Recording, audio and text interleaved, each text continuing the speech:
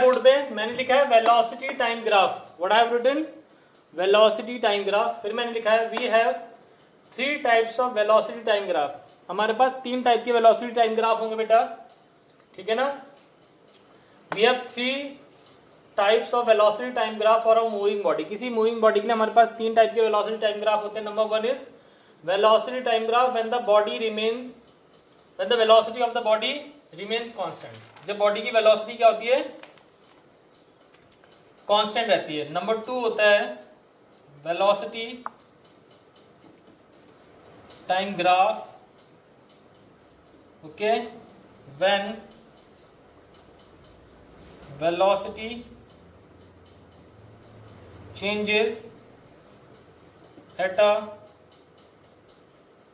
uniform rate.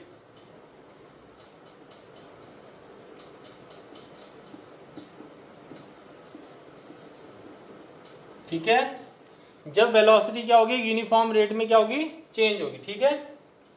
और तीसरा होता है बेटा हमारा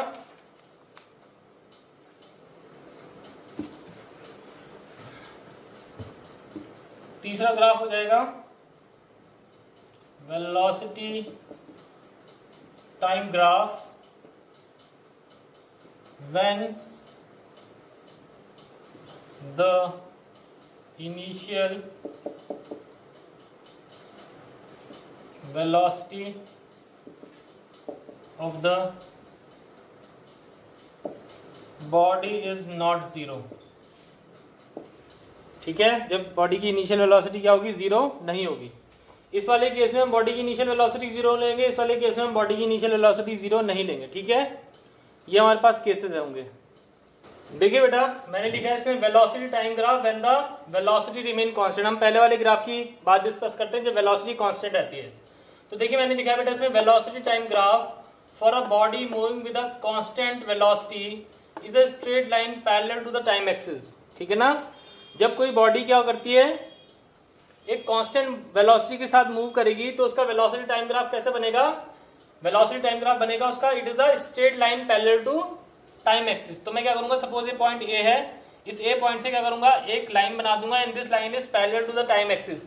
अब इसका मतलब ये है बेटा कि only the time is increasing. देखो यहां से यहां तक ओ से लेके ए तक वेलोसिटी की एक पर्टिकुलर वैल्यू रही होगी. ठीक है, क्योंकि मैंने वाई एक्सिस पे क्या लिया? मैंने वाई एक्सिस में वेलोसिटी ली है. ये क्या लिख रखा है मैंने बेटा? वेलोसिटी. बेटा I have taken velocity along the Y axis and time is along the x axis. तो मैंने क्या कर रखा है? ऑलरेडी मैंने वेलोसिटी को देखो ओरिजिन से स्टार्ट नहीं किया, मैंने वेलोसिटी को किसी पॉइंट ए से स्टार्ट किया. बेटा कहां से स्टार्ट किया है? किसी पॉइंट ए से. तो मान लीजिए ओ से लेके ए तक मैं किसी वेलोसिटी किसको रिप्रेजेंट कर रहा हूं बेटा? मैं किसी वेलोसिटी यू को रिप्रेजेंट कर रहा हूं. तो आप देखेंगे कि फिर मैंने एक लाइन बना दी, it is parallel to the time axis. इसका मतलब क्या है? Only the time is increasing. तो मैंने मान लीजिए ए से बी तक टाइम को क्या करा? इंक्रीज करा. तो आप नोटिस करोगे बेटा जो वेलोसिटी ए पॉइंट पे होगी वही वेलोसिटी क्या होगी? बी पॉइंट पे होगी. ठीक है ना. But only the time will going to increase. ठीक है, तो यहां से यहां तक टाइम इंक्रीज हो जाएगा. इस टाइम को ले लूंगा मैं टी. ठीक है बेटा. Okay, if somebody ask you that what are the coordinates of B point, तो बी पॉइंट के कोऑर्डिनेट क्या होंगे? टाइम का कोऑर्डिनेट होगा टी और वेलोसिटी का कोऑर्डिनेट होगा u. Okay, what are the coordinates of B point? तो बी पॉइंट पे टाइम का कोऑर्डिनेट होगा टी और वेलोसिटी का क्या होगा? यू. और ए पॉइंट पे अगर जो मैं पूछूं what are the coordinate of point A, तो ए पॉइंट पे आप लेंगे टाइम को 0 और वेलोसिटी को लोगे आप u. ओके, क्योंकि A point is on the Y axis और वाई एक्सिस में एक्स का कोऑर्डिनेट क्या होता है?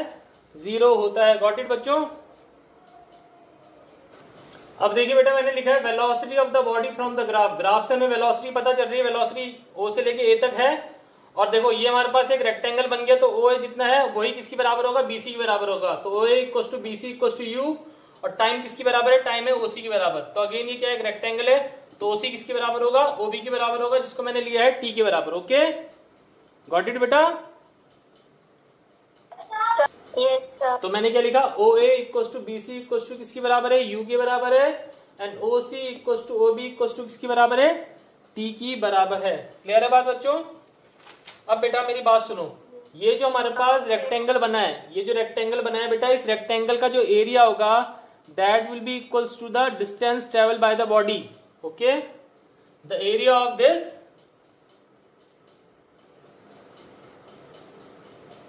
देखो बेटा जो डिस्टेंस ट्रेवल्ड हो जाएगा, distance travelled s equal to area of the rectangle. ये जो रेक्टेंगल है हमारे पास ओ ए बी सी, इसका एरिया हो जाएगा। Now please tell me what is the area of the rectangle. बोलो रेक्टेंगल का एरिया क्या होता है? Length into breadth. तो लेंथ हो जाएगी इसकी ओसी और ब्रेथ को मैं क्या ले लूंगा? ओ ए। ठीक है, कितना हो जाएगा? ओसी इंटू ओ ए। तो मैं इसको लिख सकता हूँ, ओसी किसके बराबर लिख रखा है हमने? टाइम के बराबर टी, और ओ ए हमारे पास यू के बराबर। या आपको सिंपली इसको लिख सकते हो s equal to u into t. तो सिंपल सी बात है, डिस्टेंस का फॉर्मूला कितना हो जाता है? Velocity into time. ओके, बोलो इट इज क्लियर और नॉट? अब एक चीज मुझे बताओ बच्चों, इस केस में कोई एक्सेलरेशन होगी बॉडी में कि नहीं होगी? There will be any acceleration और नॉट?